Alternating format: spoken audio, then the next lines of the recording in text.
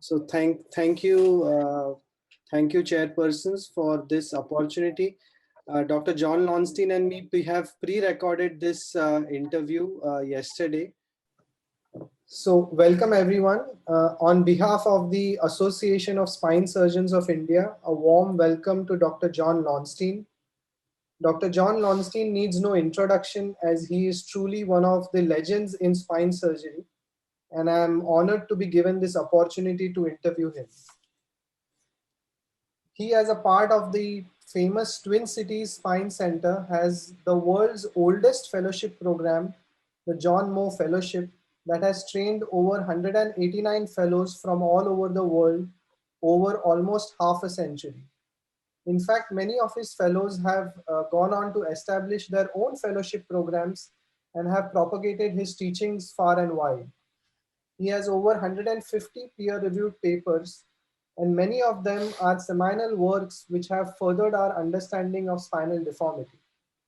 He was the editor of the famous Morse textbook, the first ever comprehensive textbook on spinal deformity. He was the president of SRS in 1991 and 1992 and received the Lifetime Achievement Award from SRS in 2015. Right now, he's retired and enjoying a retired lifestyle for the last 6 years. However, the teaching and the research continues. He's currently the editor-in-chief of the Spinal Deformity Journal. So I welcome Dr. Lonstein, and without much ado, let's ask him some questions. Just, Casey, you need to change that slide. We've had a fellowship program since 1972, so it's 49 years. Oh, okay. 48 years. 49 years. So that's why I wrote the plus sign. I did not know exact number. I knew it was more than 43. It was probably 43 when I was the fellow.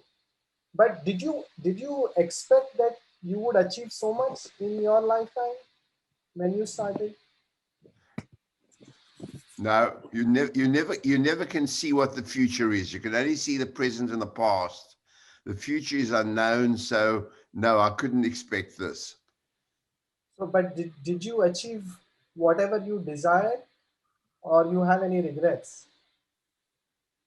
I have no regrets. Obviously, some of the papers I wrote, I wish I had expanded them, but it wasn't possible in those days to expand them.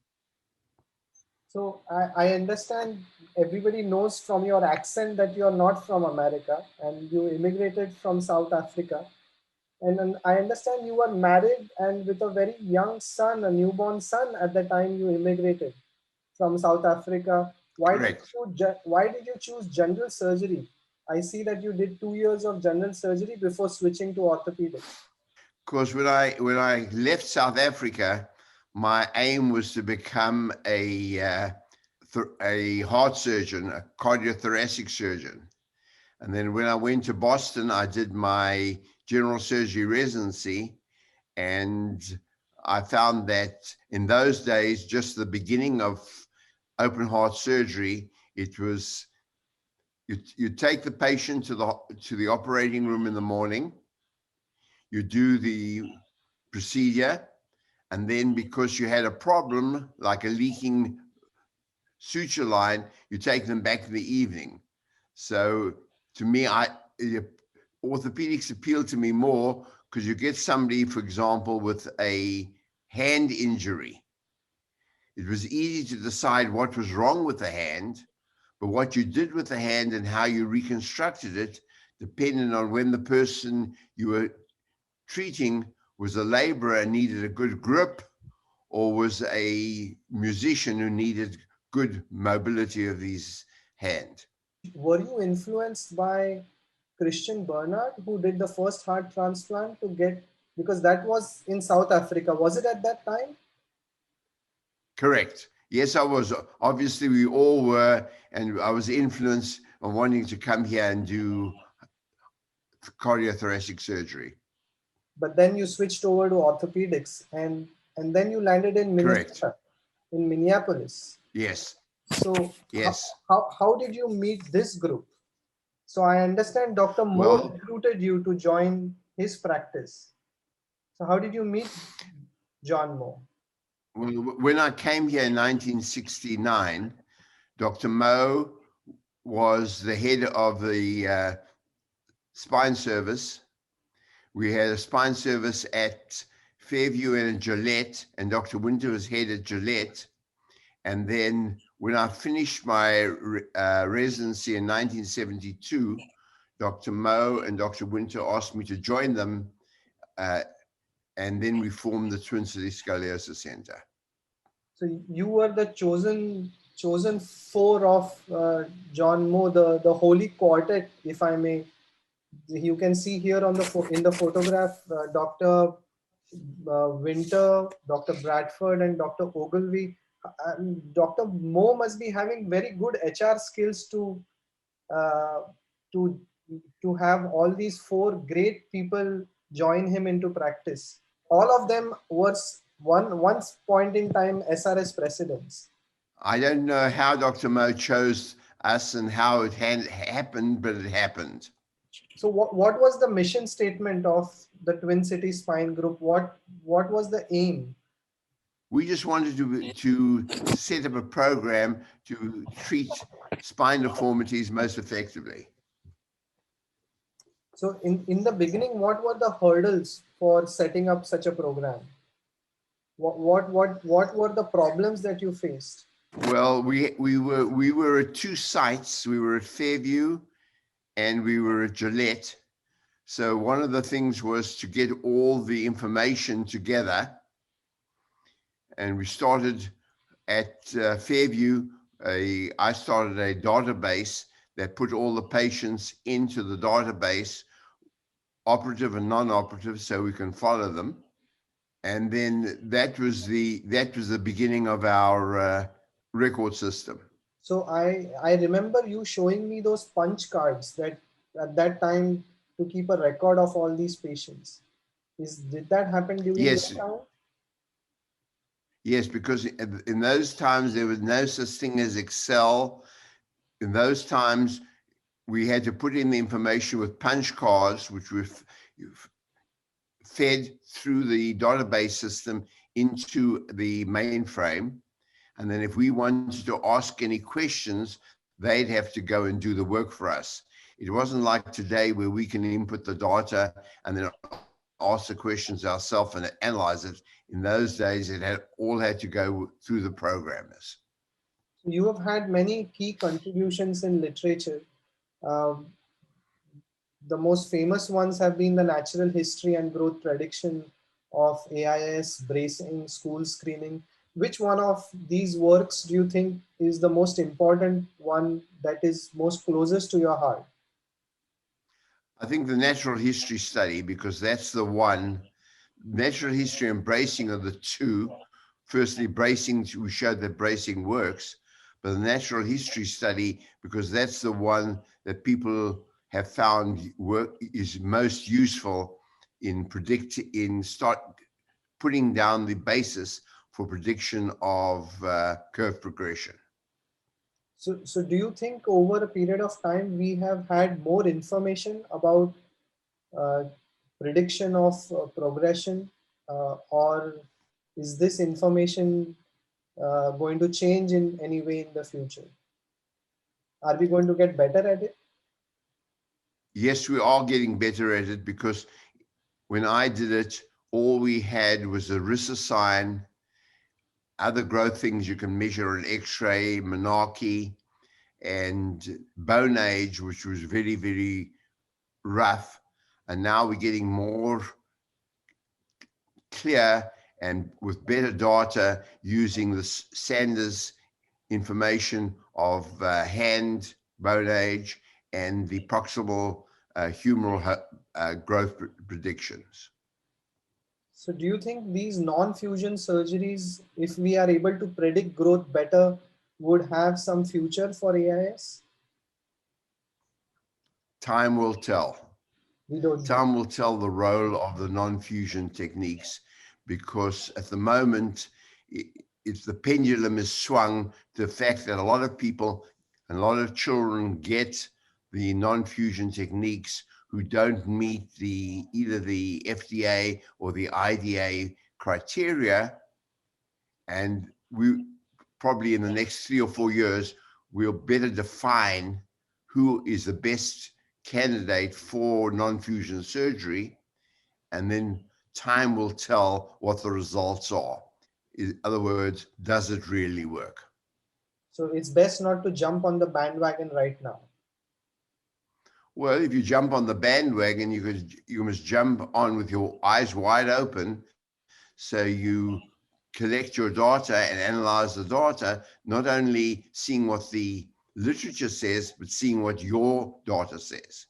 The bracing, in spite of so much work done on bracing that it is effective, why hasn't it caught on so well in different parts of the world? Like even in India, it is not as common to brace. Because it's very difficult to brace. You've got to have a physician who believes that bracing works, but more importantly, you've got to have a good orthotist who can make the appropriate brace and work with the physician to get the best results. And the other thing is, it's very, very time consuming, and it's much easier to do an operation than to brace somebody. And in India, we don't have a school screening program. And the main problem in our country actually is that even if we have a school screening program, where do these children get referred to? We don't have a knowledgeable healthcare system where they will have access. So with that in mind, what message do you have for our spine society to improve the care of spinal deformity in India? What should we be doing? We Well, see now a lot of neglected patients. do you have a system in India where children go in for annual physicals before they go to school? No, we don't. Well, there's a problem. If there is no system for the children to be seen on a regular basis, then there is no way for them to be detected early. The only other way you can do it is to try and get the parents more aware of scoliosis. But the trouble is, India is so large, Correct. and it's difficult to get the information out to the parents. So coming to the most textbook, this was the first spinal deformity textbook, and this was one where the knowledge of Dr. John Moe and all of his 4 disciples was spread all around the world. And you were the editor-in-chief of the last edition. And actually the principles outlined in these editions are still valid today. And I've heard you say so many times to study the principles rather than the methods. These books are out of print. Will there be a new edition? No. There No company. There are many other textbooks now of spine deformity. My statement about study principles rather than methods, Correct. a mind that can grasp the principles will develop its own methods, is not, I didn't originate that. That was originated by Dr. A. Bruce Gill in the 1940s. He was president of the AOA and the Academy, and I think in his Academy address, he presented that as the basis of his talk. But I heard it first from you, so I'm going to always going to say it's because of you. So this fellowship program, it's one of the longest. It is the longest uninterrupted fellowship program in the world. And the first fellow here, I can see, this is a picture I took in the library from the Twin Cities Center. Claudio Pedras, he was from Brazil, is that correct? 1971. Correct. And you are correct. He came from Brazil at the same time as Ed Dawson came from Los Angeles, and they both did a fellowship. And the program has always maintained this tradition of getting at least one foreign person to train at the center. Is that a conscious effort that you took to train people from outside North America, or it just happened? No, we did conscious efforts when we got somebody who came to us from not from outside the US. We offered them a fellowship because we wanted to spread the word to other countries in the world. So that's why we did that.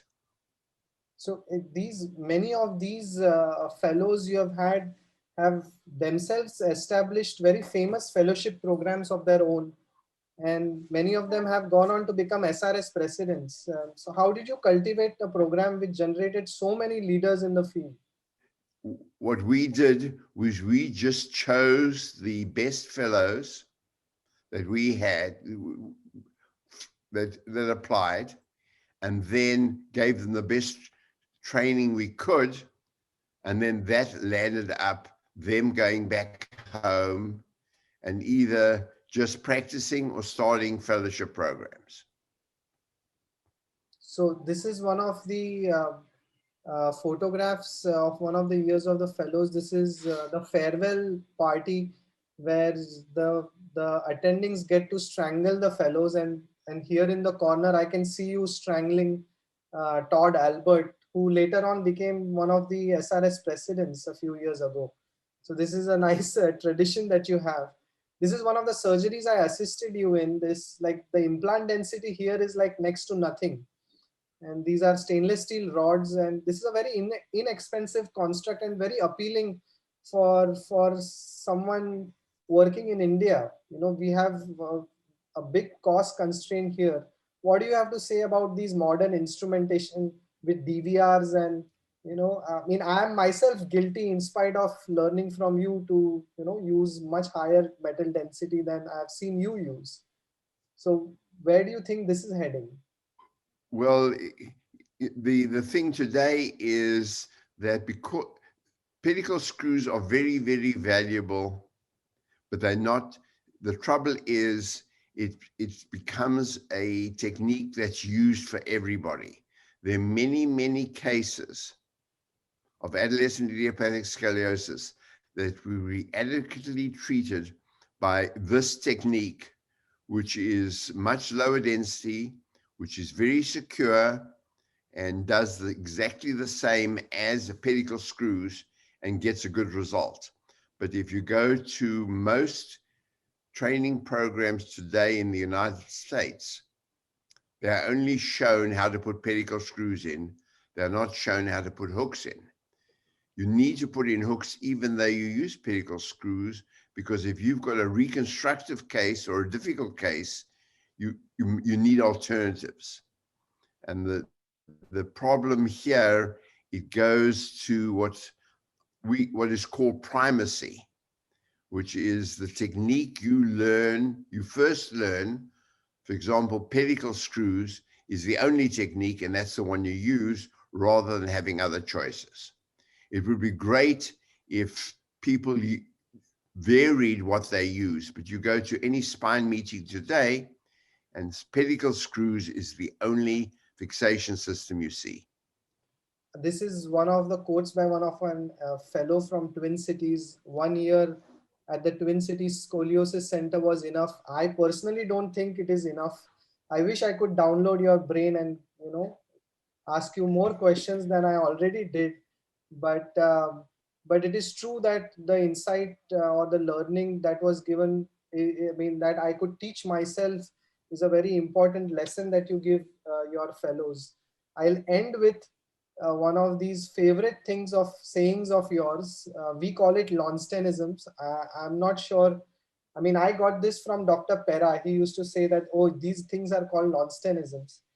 But I have written quite a many of them, but this is one of my favorite. This quote, attributed to only you and no one else, has to be heard in a South African accent to get that effect. So so I would ask you to end with this. So can you read it? There is never a never, and there is never an always. And remember, that is always true. Thank you, Dr. Lonstein. Thank you very much for this interview. Thank you, Dr. Lonstein. And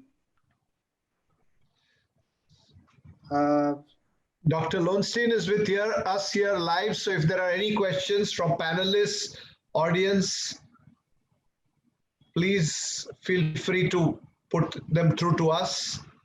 I'll ask the first question since I have had the honor of interviewing him. Dr. Lonstein, in your career, which case do you remember was the most challenging or the most difficult one that you have ever done?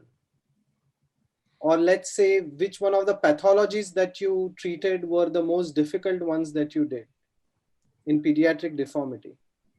I think one of the most challenging cases I did was an adult with neurofibromatosis who'd had a previous fusion and had long Harrington rods from the thoracic spine to the pelvis, and all the vertebral bodies in the spine were eroded.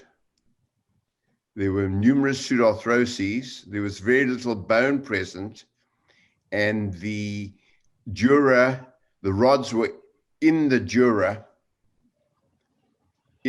compressing the cauda equina, and this patient needed a number of surgeries to get rid of the problem because she had meningocele that extended down to her sacrum,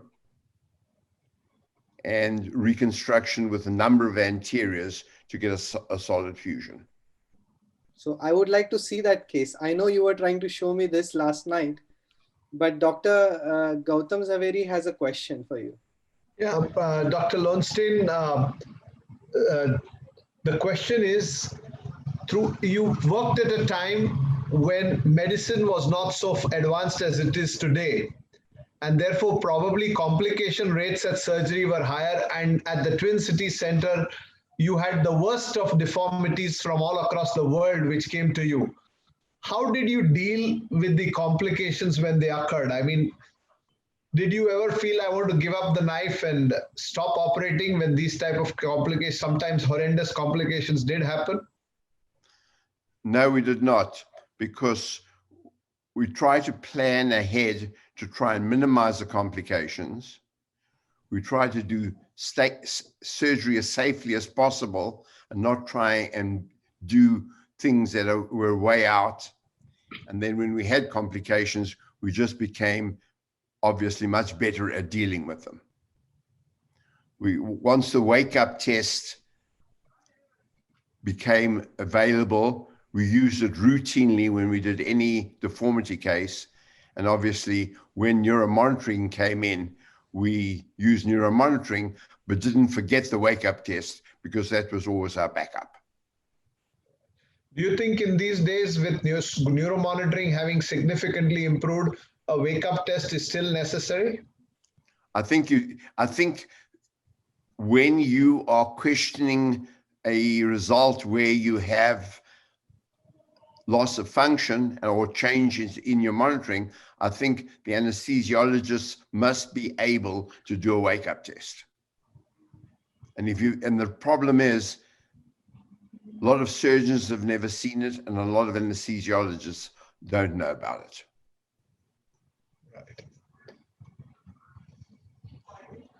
Right. Any other questions from any of the panelists? Can I ask one question? Yes, Guru, please go ahead.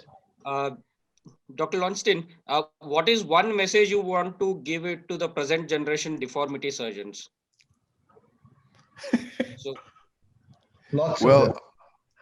If the one message I give is the one message we give, this is the message we used to have written up in our conference room, and it's the statement from A. Bruce Gill. The surgeons must study principles rather than methods. So if you know the principle of dealing with the case, if the methods change, you can still deal with it. For example, I always like to quote, if you see a crooked bone that needs straightening, you know it needs an osteotomy. But over time, the techniques to do the osteotomy and the techniques to hold the bone have changed. But the principle of needing an osteotomy and fixing it and stabilizing it afterwards doesn't change, and the same as with spine surgery. Right. Thank you. All right. Thank you very much, Dr. Lonstein, for being with us. For us in the Association of Spinal Surgeons of India, to see a legend like you in person, a person whose books we have all read and grown up, is immensely gratifying. Thank you for spending your time with us, and we are extremely honored.